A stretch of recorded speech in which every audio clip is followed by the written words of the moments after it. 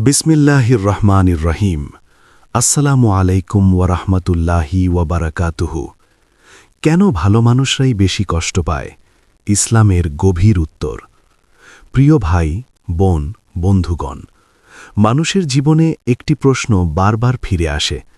আমি তো কাউকে কষ্ট দিই না, অন্যায় করি না, আল্লাহকে ভয় করি, তবুও আমার জীবনেই এত দুঃখ কেন? অনেকেই মনে করেন ভালো মানুষের জীবন সহজ হওয়ার কথা, কিন্তু বাস্তবতা যেন ঠিক উল্টো। যারা সৎ, নম্র, দয়ালু এবং আল্লাহ ভীরু, তারাই অনেক সময় সবচেয়ে বেশি পরীক্ষার মুখোমুখি হয়। এই প্রশ্ন শুধু আজকের নয়, যুগে যুগে অসংখ্য মানুষ এই প্রশ্ন করেছে। নবী রাসূলদের জীবন দেখলেও আমরা একই সত্য দেখতে পাই। সবচেয়ে ভালো মানুষরাই সবচেয়ে বেশি কষ্ট সহ্য করেছেন। তাহলে প্রশ্ন হল, কেন? ইসলাম এই বিষয়ে অত্যন্ত গভীর, হৃদয়স্পর্শী এবং শক্তিশালী উত্তর দিয়েছে। ১. আল্লাহ যাকে ভালোবাসেন তাকে পরীক্ষা করেন। অনেকেই মনে করেন কষ্ট মানেই আল্লাহর অসন্তুষ্টি, কিন্তু ইসলাম বলে সব সময় তা নয়, বরং কখনো কখনো কষ্টই হয় আল্লাহর বিশেষ ভালোবাসার নিদর্শন। রাসূলুল্লাহ সাল্লাল্লাহু আলাইহি ওয়াসাল্লাম বলেছেন, আল্লাহ যখন কোনো বান্দাকে ভালোবাসেন তখন তাকে পরীক্ষায় ফেলেন। তিরমিজি।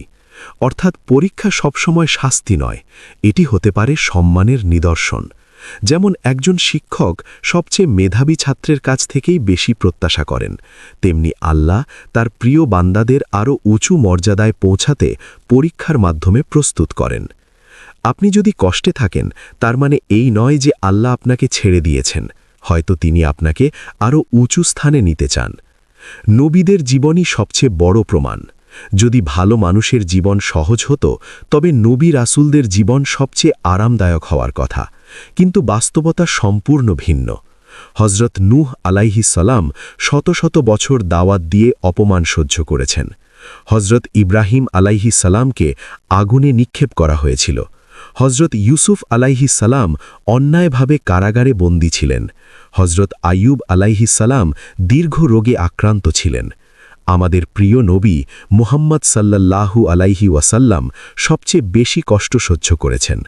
তিনি এত কষ্ট পেয়েছেন যে তায়েফে রক্তাক্ত হয়েছেন, আপনজন হারিয়েছেন, ক্ষুধার্ত থেকেছেন, অপমানিত হয়েছেন। তাহলে কি আল্লাহ তাদের ভালোবাসতেন না? অবশ্যই ভালোবাসতেন, বরং তারাই ছিলেন আল্লাহর সবচেয়ে প্রিয়।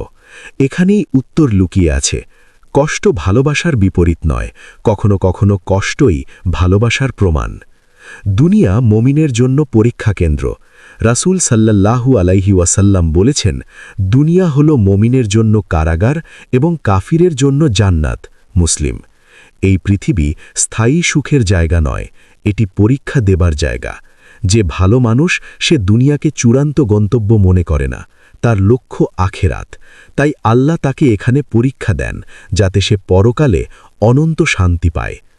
একজন রোগী যেমন অপারেশনের কষ্ট সহ্য করে সুস্থ হওয়ার জন্য, তেমনি একজন মুমিন দুনিয়ার কষ্ট সহ্য করে জান্নাতের জন্য। সুতরাং দুনিয়ার কষ্ট মানেই ব্যর্থতা নয়, এটি হতে পারে আখেরাতের সফলতার প্রস্তুতি। গুনাহ মাফের জন্য কষ্ট। আমরা সবাই ভুল করি, গুনাহ করি, কিন্তু আল্লাহ তার প্রিয় বান্দাদের গুনাহ সহ ছেড়ে দেন না। রাসূল সাল্লাল্লাহু আলাইহি ওয়াসাল্লাম বলেছেন, মুমিনের ওপর যে ক্লান্তি, রোগ, দুশ্চিন্তা, কষ্ট, এমনকি কাঁটাও ফুটলেও আল্লাহ এর মাধ্যমে তার গুনাহ মাফ করেন। বুখারী, মুসলিম। ভাবুন, আপনি কাঁদছেন, কষ্ট পাচ্ছেন, আর সেই সময় আপনার গুনাহ ঝরে যাচ্ছে। যে কষ্টকে আপনি অভিশাপ ভাবছেন, সেটাই হয়তো আপনার জান্নাতের রাস্তা পরিষ্কার করছে। আল্লাহ কখনো অকারণে কষ্ট দেন না। ভালো মানুষ বেশি অনুভব করে। যারা ভালো, তাদের হৃদয় নরম হয়, তারা অন্যের কষ্ট অনুভব করে, অন্যায়ের আঘাত গভীরভাবে নেয়, বিশ্বাসঘাতকতায় ভেঙে পড়ে। একজন কঠিন হৃদয়ের মানুষ সহজে কষ্ট পায় না, কারণ সে অনুভবই করে না। কিন্তু একজন ঈমানদার, সংবেদনশীল মানুষ অন্যায়ের ভার নিজের হৃদয়ে বহন করে। এই কারণেও ভালো মানুষের কষ্ট বেশি মনে হয়, কিন্তু এই কোমল হৃদয়ই আল্লাহর কাছে সবচেয়ে মূল্যবান। ৬.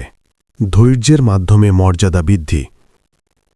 আল্লাহ কুরআনে বলেন, নিশ্চয়ই ধৈর্যশীলদেরকে তাদের প্রতিদান অগণিতভাবে দেওয়া হবে।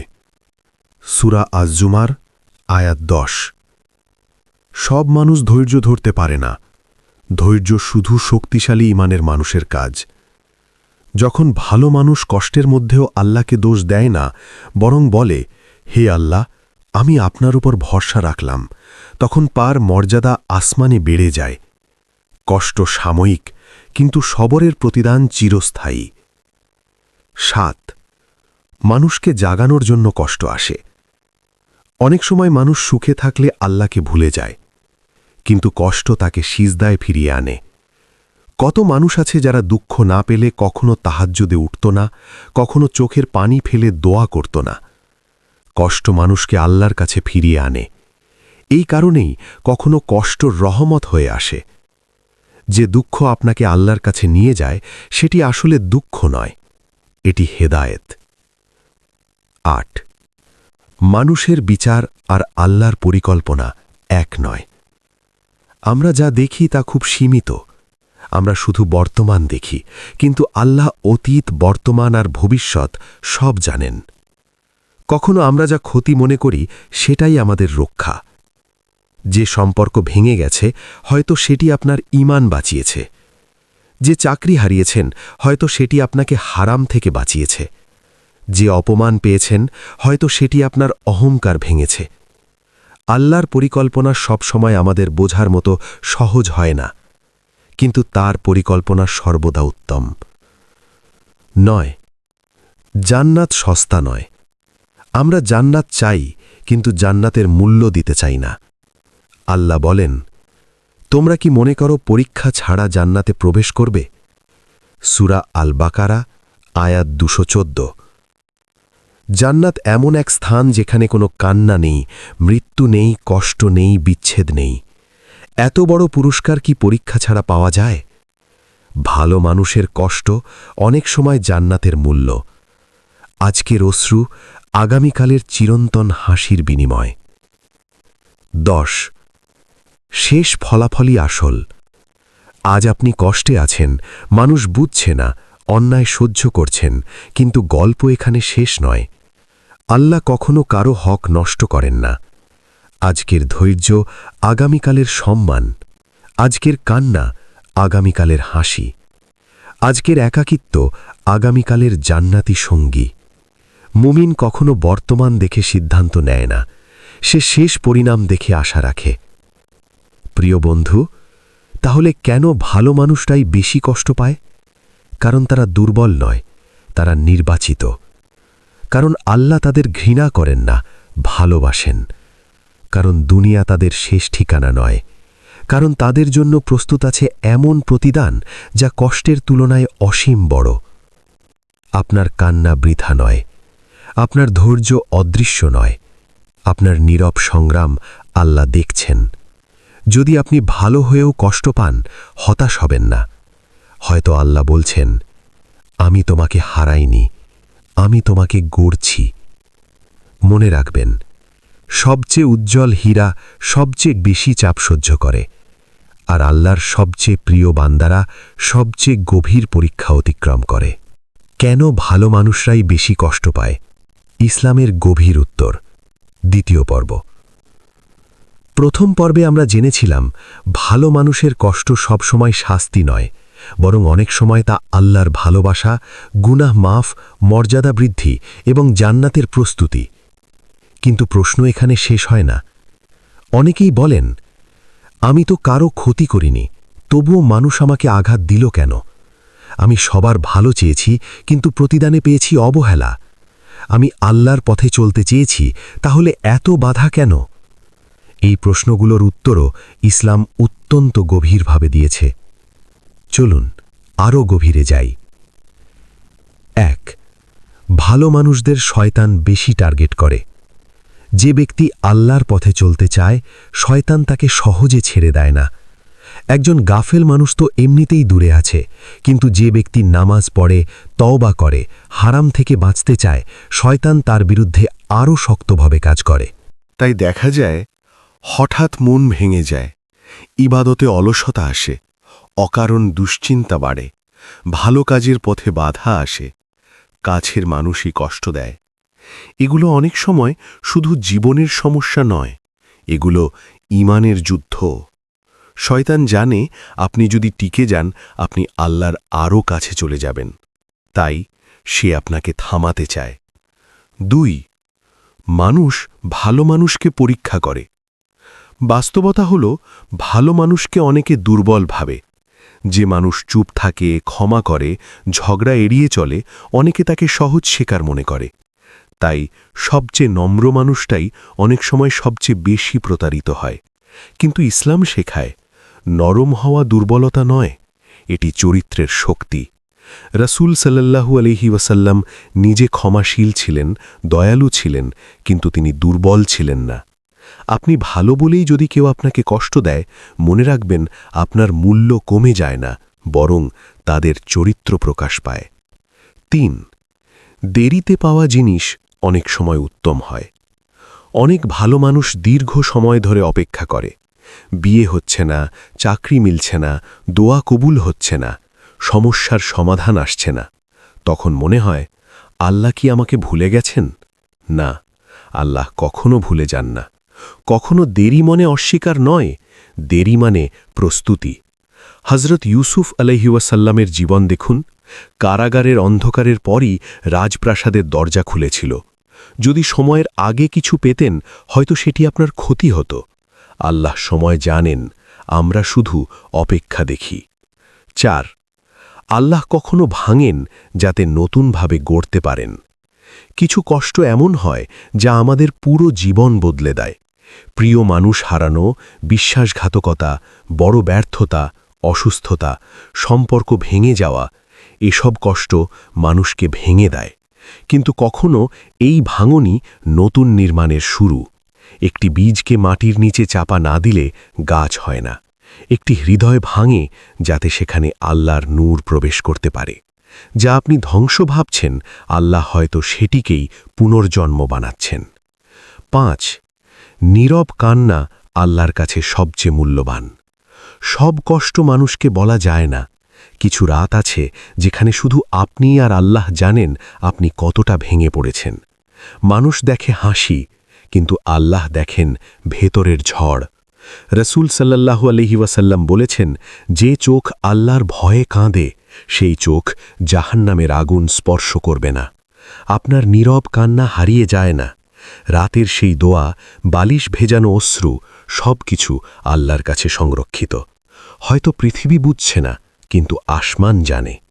6. ভালো মানুষের প্রতিশোধ হল আল্লাহর উপর ভরসা। সব অন্যায়ের জবাব মুখে দিতে হয় না। কিছু মানুষকে উত্তর দেয় সময়, কিছু মানুষকে উত্তর দেয় বাস্তবতা, আর কিছু মানুষের বিচার করেন স্বয়ং আল্লাহ। যখন আপনি কষ্ট পেয়ে বলেন, হে আল্লাহ, আমি বিষয়টি আপনার হাতে ছেড়ে দিলাম, তখন আপনি দুর্বল নন, আপনি সবচেয়ে শক্তিশালী অবস্থানে আছেন। কারণ মানুষের বিচার সীমিত, কিন্তু আল্লাহর বিচার নিখুঁত। 7. একাকিত্ব কখনো আল্লাহর বিশেষ ডাক। অনেক ভালো মানুষ একাকী অনুভব করে। বন্ধুরা দূরে যায়, মানুষ বুঝে না, হৃদয় ফাঁকা লাগে। কিন্তু কখনো এই একাকিত্বই হয় আল্লাহর বিশেষ আয়োজন। কারণ ভিড়ের শব্দে মানুষ রবের ডাক শুনতে পায় না। যখন সবাই সরে যায় তখন বান্দা বুঝতে শেখে, আমার আসল আশ্রয় শুধু আল্লাহ। একাকিত্ব সবসময় অভিশাপ নয়, কখনো এটি আধ্যাত্মিক জাগরণ। 8. আপনার কষ্ট অন্য কারো হেদায়াত হতে পারে। আপনি ধৈর্য ধরে যে কষ্ট সহ্য করছেন তা দেখে হয়তো অন্য কেউ ঈমান শিখছে। আপনার সবর দেখে কেউ নামাজে ফিরছে। আপনার ক্ষমা দেখে কেউ বদলে যাচ্ছে। আপনার আল্লাহর উপর ভরসা দেখে কেউ নতুন আশা পাচ্ছে। আপনি শুধু নিজের জন্য পরীক্ষা দিচ্ছেন না, আপনি অন্যের জন্য উদাহরণ হয়ে উঠছেন। একজন ভালো মানুষের নীরব ধৈর্য দাওয়াত হতে পারে। 9. আল্লাহ কখনো দেরি করেন, অবহেলা করেন না।